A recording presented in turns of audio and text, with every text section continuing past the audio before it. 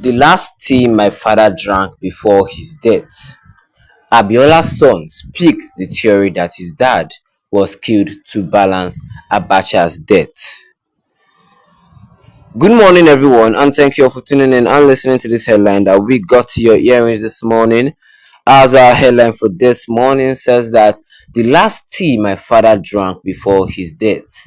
Abiola'S son speaks on the theory that his dad was killed to balance Abacha's death. Alhaja Kuridat Abiola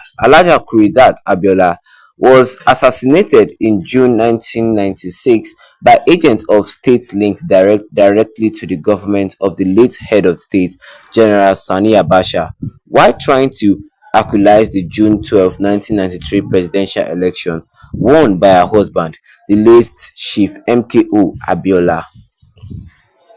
It has been 28 years since the assassination. In this interview, Kuridat's son, Abdulmuim, reflects on the life and times of her mom as well as her legacies. He also speaks on the arrest of his dad in his presence after declaring himself president and the conflict in the family following the death of the pie crash. Abiola, who had won the June 12, 1993 election but annulled, had been imprisoned in 1994 after he declared himself president. He died in July 7, 1993, and made hope that he might be released and possibly allowed to reclaim his mandate as an American delegation, which had arrived in Nigeria, tried to mediate in the electional annulment crisis. His tormentor Abacha, head of state, had died in June 8, 1998. About 4 weeks earlier, thus raising the hope of the release. Exapate. Tell us about your mom. Who was she, and how you describe her legacy? Alhaja Kuridat Abiola was a humble lady born in Zara. She had four siblings, two older brothers and two younger siblings. After she graduated from high school, she went to work. With her job, she was able to support her sisters to go to the university. You could tell that from a young age that she was selfless, humble, and more or less a northerner because she spoke the language and lived the culture. Growing up with such a lady made me see her determination. I felt maybe she was a little bit too strict, especially with me because I was very stubborn. She used to scold me and try to make me understand that no matter how much my father had, I shouldn't think that I was entitled to anything and should always look at the other side of the coin or put myself in other people's shoes. I remember that while growing up, I wanted to use the Mercedes to go to school, but my mom forced me to use the Peugeot 504. I think she was trying to send a message to me that no matter what you have, you should always know that everything is from God. And because you are blessed by Allah, doesn't mean you shouldn't take care of other people or should be compassionate when it comes to taking care of your fellow Nigerians or fellow brothers and sisters. That is one of the things I remember vividly about her. She was a disciplinarian and always try to make us understand that education is key, and whatever I decide to do with my life, I am doing in a way of serving, giving back to humanity. It has been 28 years, and that is mostly what I remember because I was really young when I lost her. At that age, what I remember was her punishing me. She had a koboko used for disciplining me. I didn't like it very much in hindsight. In hindsight, I see what she was trying to do, which was to instill some habits that would see me through, especially now as I am getting older. What is your immediate reaction after you learned that your mother had been assassinated back in the 1996? How did the family take it? It was a mixture of profound shock, disbelief, and overwhelming grief. It was a moment that shattered our world. My mother was a beacon of strength and resilience, not just for our family, but for the countless others who admired her courage and dedication to justice. The news felt like a nightmare and unfathomable reality that we shouldn't escape. As the reality set in, the pain was almost unbearable. The family was deeply affected. Each of us dealt with the loss in our own way, yet we found a way to come together in our grief.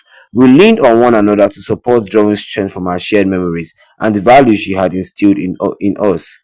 Her assassination was not just a personal loss, but a blow to the ideals she stood for and the fight for democracy and human rights in Nigeria. Despite the sorrows, we resolved to honor her legacy by continuing to advocate for the causes she believed in so passionately. Do you think that she's been given the recognition that she deserves from the Nigerian government and the Nigerian people? I was there at that very pivotal moment. I was in the country when she was assassinated. I was here when the soldiers came to the house trying to arrest my father, and I saw things that I may not be able to put to context. I was definitely aware of what happened, and I understood her role, the position that she stood for. I thank God she was able to find the courage to take that position when we talk about honoring people. We have fought for this country. I think it will be more impactful when we try to do some of the things that they were fighting for. My father's ambition during the whole election was farewell to poverty. A better way for immortalize my father is to bring more people out of poverty, educate more people, and expose more people to opportunities where they can find something to sustain themselves. There could be a better way to immortalize them, not necessarily naming something or a building after somebody. I think the echoes and the principles of what they stood for should speak volumes. On my part, as a family, we can now look at scholarship that we should would dedicate on her behalf for young ladies who are trying to into engineering or other programs. When we talk about government, we should be looking at the message that they try to pass across. If we try to imbibe those principles, that might be a better way for honoring the legacy and sacrifice they made. Well, that is not all, but I gotta stop here. I have to stop here for now, and that's not all. But what we can say concerning this headline, which says that the last tea my father drank before his death, Abiola'S son speaks on the theory that his dad was killed to balance Abacha's. Yes, we are still going to say more concerning this headline, and let's look at some comments that came under this. Like Idiko Dixon says Nigerian politics, the way the northern play politics is quite different from the southwest. So Abdul Muhim was there when the father was arrested. Northern politicians don't involve their family in politics. They will have political associates around them and not intimidate family. I think we should learn from that. Wow, are you really serious, Mr. Dixon?